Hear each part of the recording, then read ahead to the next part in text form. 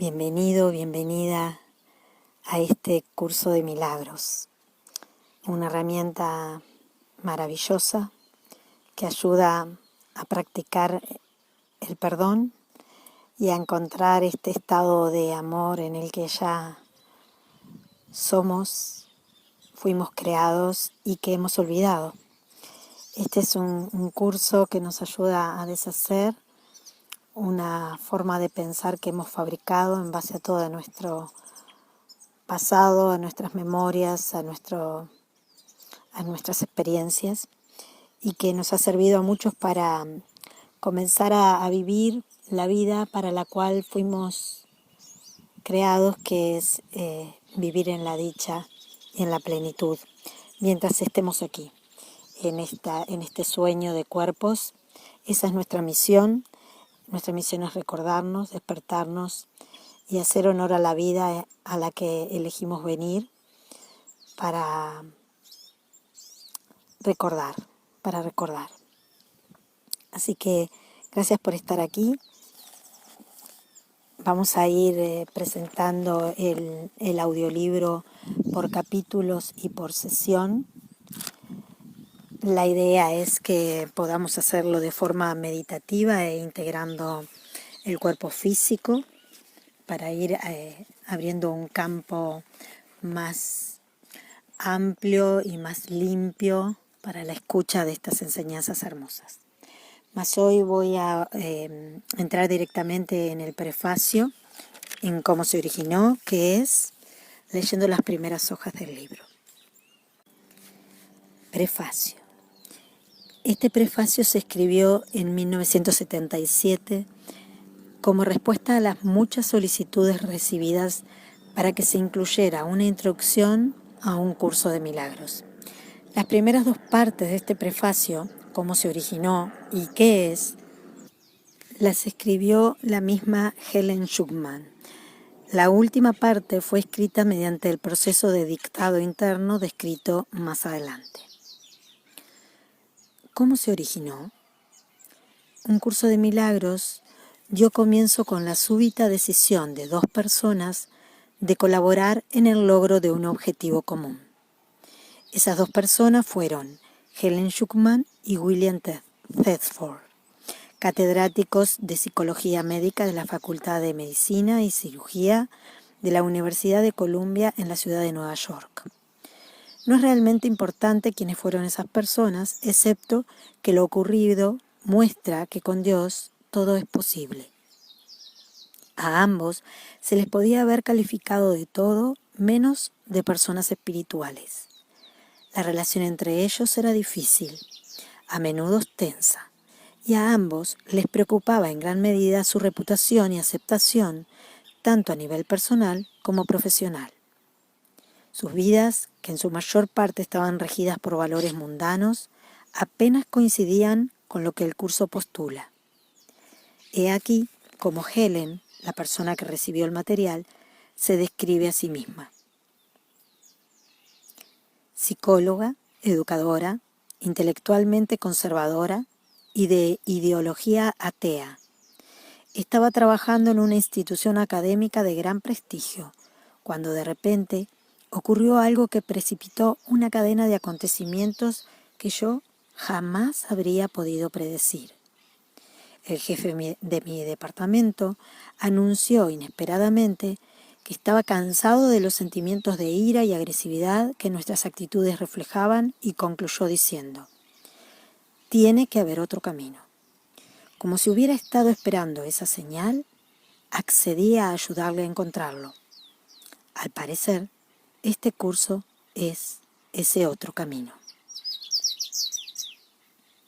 Aunque su propósito era firme, tuvieron gran dificultad en comenzar su empresa común, pero le habían ofrecido al Espíritu Santo la, entre comillas, pequeña dosis de buena voluntad que, como el propio curso habría de subrayar una y otra vez, es suficiente para permitirle al Espíritu Santo utilizar cualquier situación para sus propósitos e infundirle su poder. Continuando con el relato de Helen.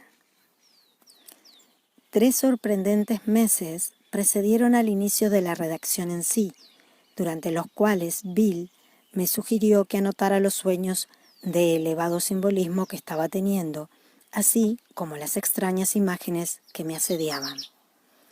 Aunque para entonces ya me había acostumbrado un tanto a lo inesperado, aún así me llevé una gran sorpresa cuando me vi escribiendo: este es un curso de milagros. Ese fue el primer contacto con la voz. Era una voz que no emitía ningún sonido, pero que me presentaba una especie de dictado rápido interno que yo anotaba en un cuaderno de taquigrafía. La redacción no fue nunca automática. Podía interrumpirla en cualquier momento y después reanudarla. En muchas ocasiones me hizo sentir muy incómoda, pero nunca pensé seriamente en suspenderla. Parecía ser una misión especial que de alguna manera en algún lugar yo había acordado llevar a cabo. Terminó convirtiéndose en una verdadera empresa de colaboración entre Bill y yo. Y estoy segura de que gran parte de su importancia estriba en ese hecho. Yo anotaba lo que la voz, entre comillas, decía, y al día siguiente se lo leía a Bill y él lo pasaba a máquina. Supongo que él también tenía una misión especial, pues sin su aliento y apoyo yo nunca hubiese podido llevar a cabo la mía. En total, el proceso duró alrededor de 7 años. Primero llegó el texto, luego el libro de ejercicios y finalmente el manual para el maestro. Al material recibido solo se le han hecho unos ligeros cambios sin importancia. Al texto se le añadieron los títulos de los capítulos y los subtítulos, y se omitieron de él algunas de las referencias de carácter personal recibidas al principio. Por lo demás, el material no ha sido alterado en absoluto. Los nombres de las personas que colaboraron en la transcripción del curso no se mencionan en la portada de los libros porque el curso puede y debe descansar sobre sus propios méritos. Su objetivo no es sentar las bases para iniciar un culto más. Su único propósito es ofrecer un camino para que algunas personas puedan encontrar su propio maestro interno.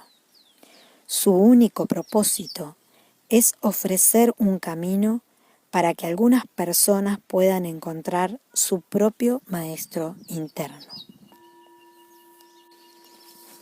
¿Qué es?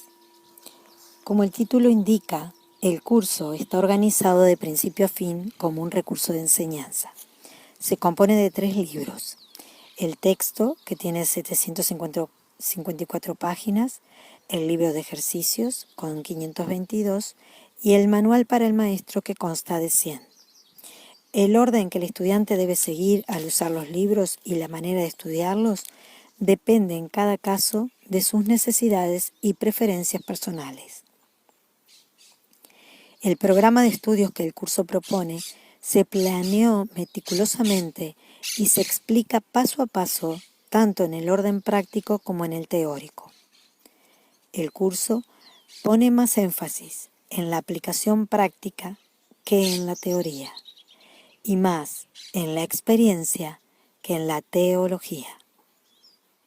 Señala específicamente que, entre comillas, una teología universal es imposible, mientras que una experiencia universal no solo es posible, sino necesaria. Aunque su enfoque es cristiano, el curso aborda temas espirituales de carácter universal. Subraya que no es más que una de las muchas versiones del programa de estudios universal y que difiere de las demás solo en su forma. En última instancia, todas conducen a Dios. El texto es fundamentalmente teórico y expone los conceptos en los que se basa el sistema de pensamiento del curso. Sus ideas contienen los cimientos de las lecciones del libro de ejercicios. Sin la aplicación práctica que el libro de ejercicios provee, el texto quedaría reducido, en su mayor parte, a una serie de abstracciones que no tendrían la fuerza necesaria para producir el cambio de mentalidad que es la meta del curso. El libro de ejercicios consta de 365 lecciones, una para cada día del año. No es necesario, sin embargo, hacer las lecciones siguiendo ese ritmo. Se puede, si se desea, dedicar más de un día a una lección determinada. Las instrucciones solo recomiendan que no se intente hacer más de una lección por día. El carácter práctico del libro de ejercicios queda subrayado en su propia introducción, donde se da más valor a la experiencia lograda con la práctica que a cualquier compromiso previo de carácter espiritual. Algunas de las ideas que el libro de ejercicios presenta te resultarán difíciles de creer, mientras que otras tal vez te parezcan muy sorprendentes. Nada de eso importa. Se te pide simplemente que las apliques tal como se te indique. No se te pide que las juzgues, se te pide únicamente que las uses. Es usándolas como cobrarán sentido para ti y lo que te demostrará que son verdad. Recuerda solamente esto: no tienes que creer en las ideas, no tienes que creer en las ideas, no tienes que aceptarlas y ni siquiera tienes que recibirlas con agrado. Repito, recuerda, no tienes que creer en las ideas, no tienes que aceptarlas y ni siquiera tienes que recibirlas con agrado. Puede que hasta te opongas vehemente a algunas de ellas. Nada de eso importa ni disminuye su eficacia, pero no hagas excepciones al aplicar las ideas expuestas en el libro de ejercicios. Sean cuales sean tus reacciones hacia ellas, úsalas. No se requiere nada más. Finalmente, el manual para el maestro, escrito en forma de preguntas y respuestas, contesta algunas de las preguntas que con mayor probabilidad pueden hacer los estudiantes. Incluye asimismo aclaraciones de algunos de los términos que el curso utiliza y los explica dentro del marco teórico del texto. El curso no afirma ser de por sí el final del aprendizaje, ni es el propósito de las lecciones del libro de ejercicios llevar a término el aprendizaje del estudiante. Al final, se deja al lector en manos de su propio maestro interno, quien dirigirá el resto del aprendizaje a su criterio. Si bien el alcance del curso es muy amplio, la verdad no puede limitarse a ninguna forma finita, como se indica claramente en el párrafo con que finaliza el libro de ejercicios. Este curso es un comienzo, no un final. Ya no se asignarán más lecciones específicas, pues ya no son necesarias. En lo sucesivo, oye tan solo la voz que habla por Dios. Él dirigirá tus esfuerzos, diciéndote exactamente lo que debes hacer, cómo dirigir tu mente y cuándo debes venir a Él en silencio, pidiendo su dirección infalible y su palabra certera. ¿Qué postula? Postula que nada real puede ser amenazado, nada irreal existe y que en esto radica la paz de Dios.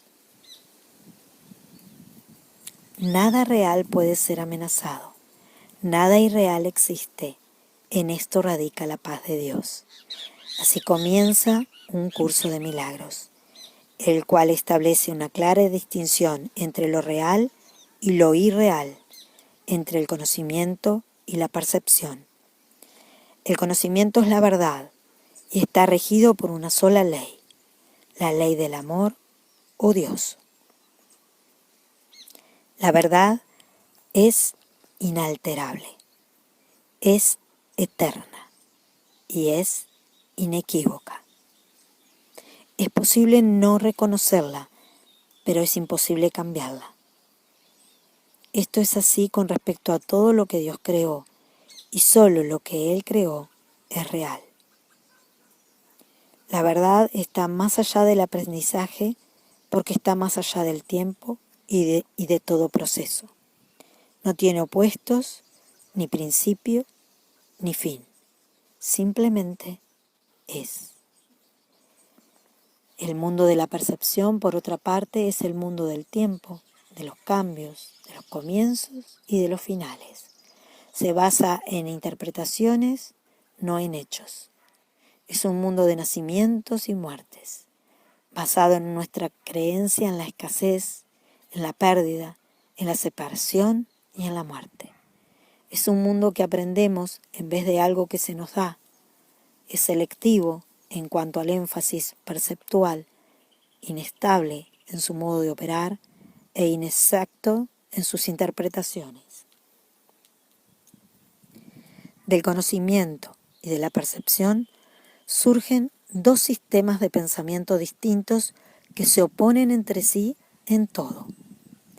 En el ámbito del conocimiento no existe ningún pensamiento aparte de Dios, porque Dios y su creación comparten una sola voluntad.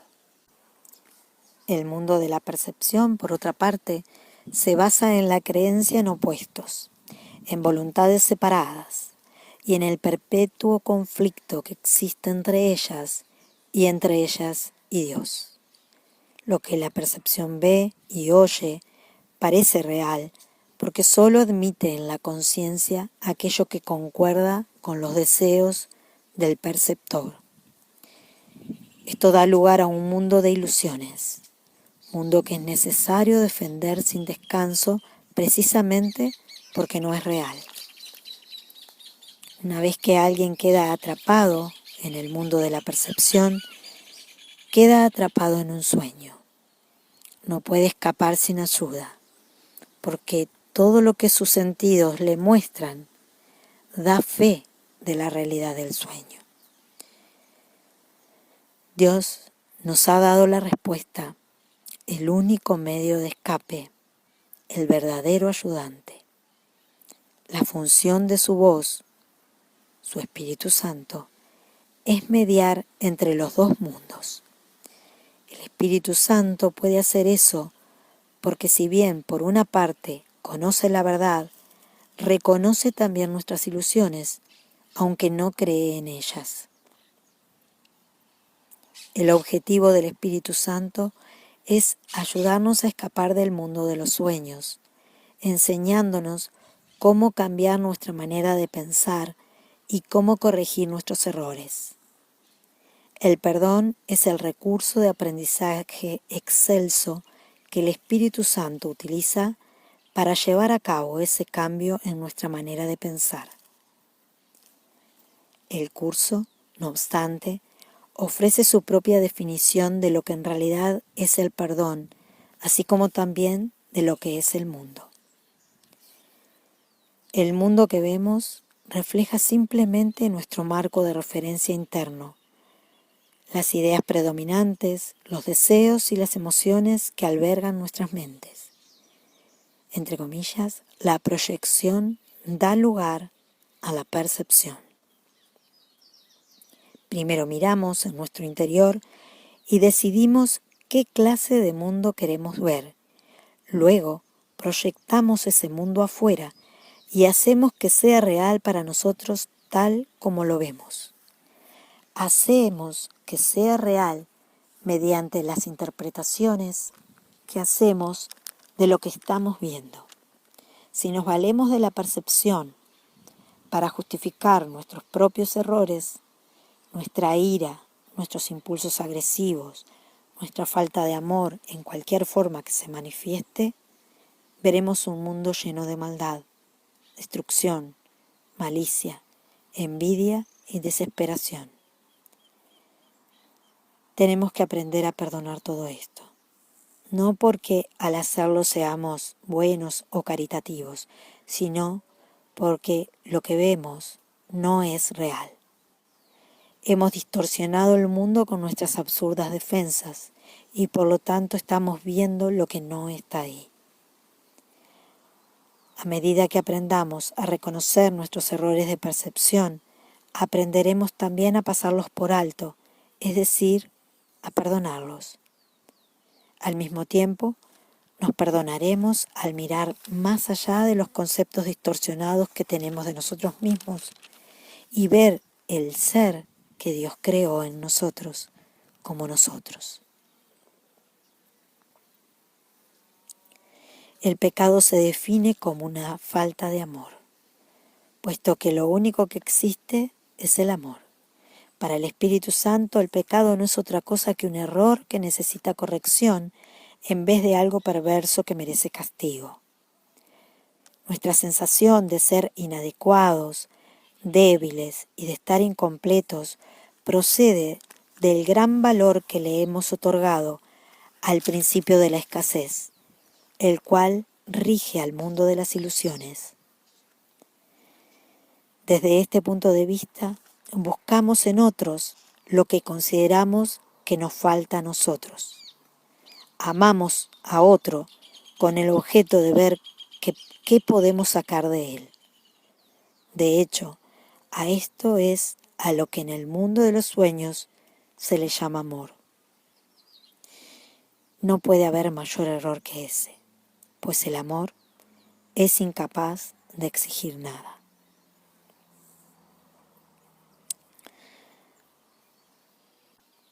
Repito, nuestra sensación de ser inadecuados, débiles y de estar incompletos procede del gran valor que le hemos otorgado al, entre comillas, principio de la escasez, el cual rige al mundo de las ilusiones.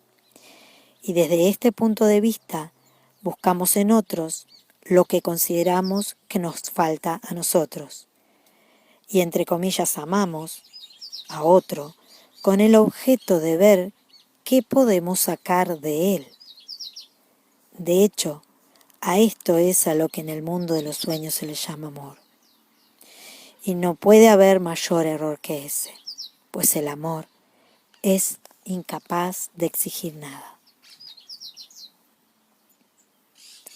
Solo las mentes pueden unirse realmente y lo que Dios ha unido ningún hombre lo puede desunir. No obstante, la verdadera unión que nunca se perdió solo es posible en el nivel de la mente de Cristo. El entre comillas pequeño yo procura engrandecerse obteniendo del mundo externo aceptación, posesiones y entre comillas amor. El ser que Dios creó no necesita nada. Está eternamente a salvo y es eternamente íntegro, amado y amoroso. Busca compartir en vez de obtener, extender en vez de proyectar. No tiene necesidades de ninguna clase y solo busca unirse a otros que, como él, son conscientes de su propia abundancia. Las relaciones especiales que se establecen en el mundo son destructivas, egoístas y, entre comillas, infantilmente egocéntricas. Mas, si se le entregan al Espíritu Santo, pueden convertirse en lo más sagrado de la tierra, en los milagros que señalan el camino de retorno al cielo.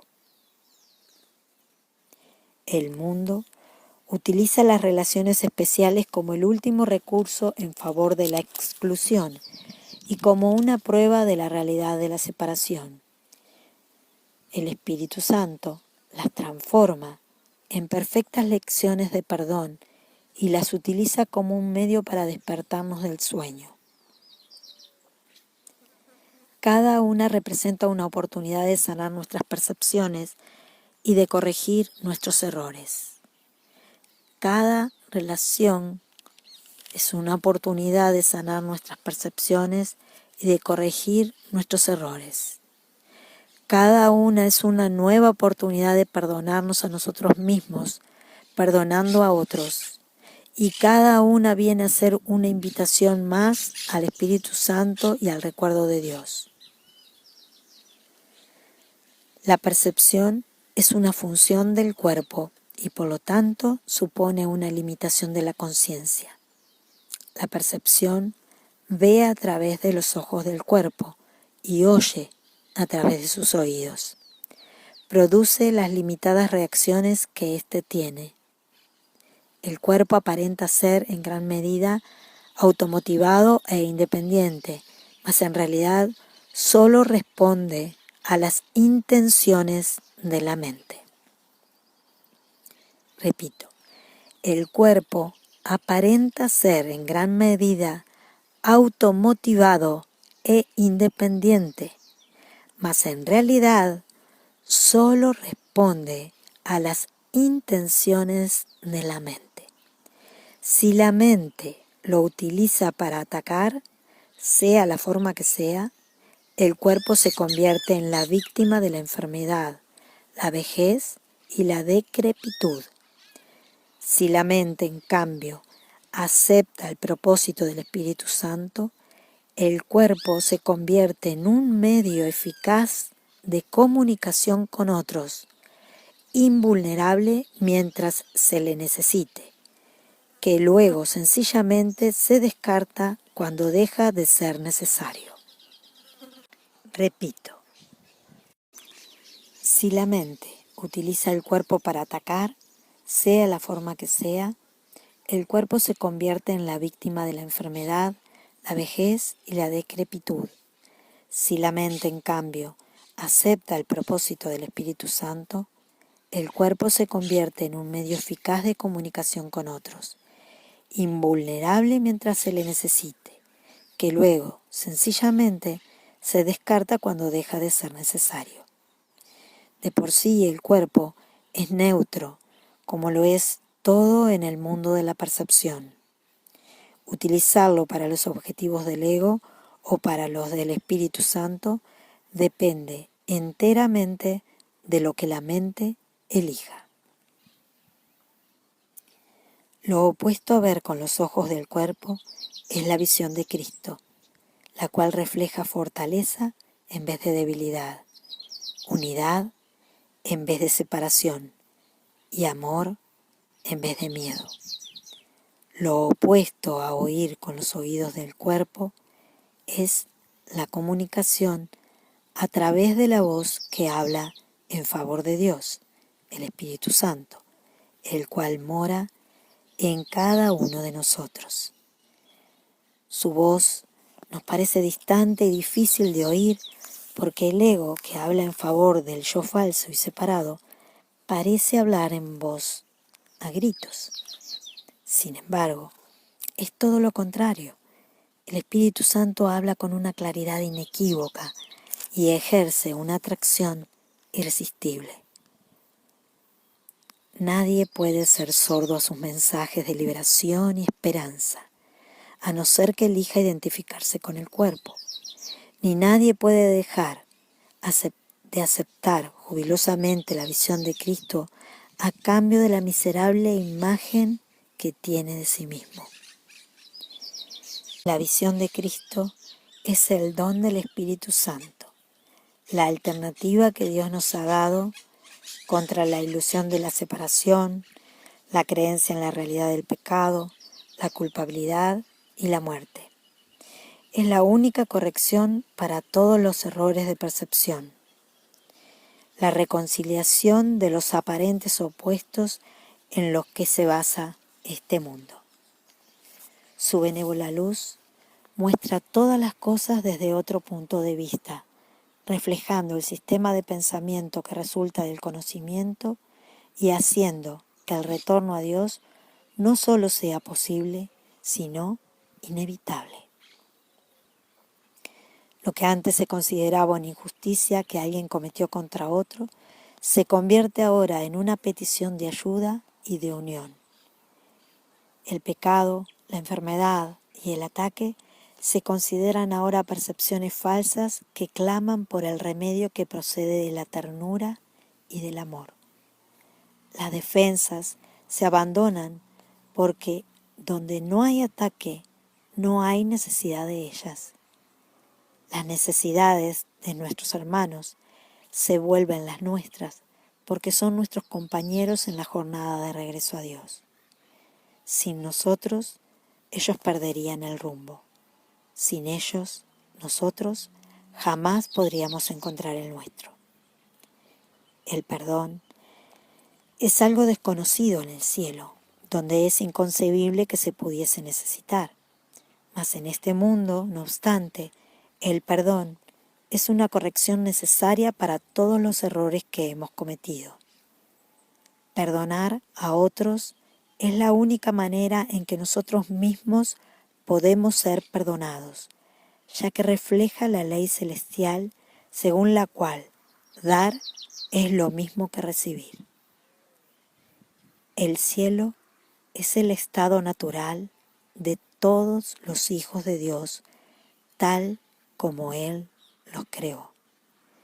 Esa es su realidad eternamente, la cual no ha cambiado porque nos hayamos olvidado de ella. El cielo es el estado natural de todos los hijos de Dios, tal como Él los creó. Esa es su realidad eternamente, la cual no ha cambiado porque nos hayamos olvidado de ella. El perdón es el medio que nos permitirá recordar. Mediante el perdón cambiamos la manera de pensar del mundo.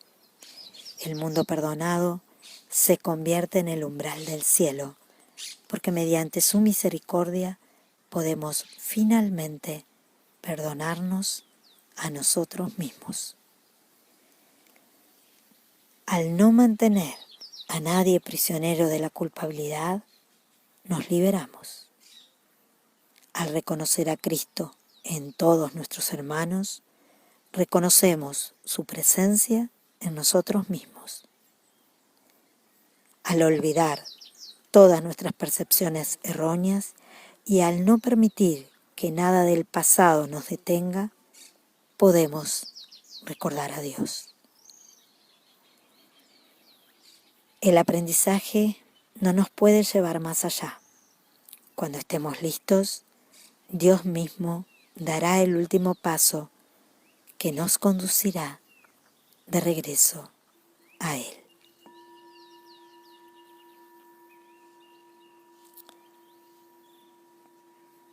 En gratitud,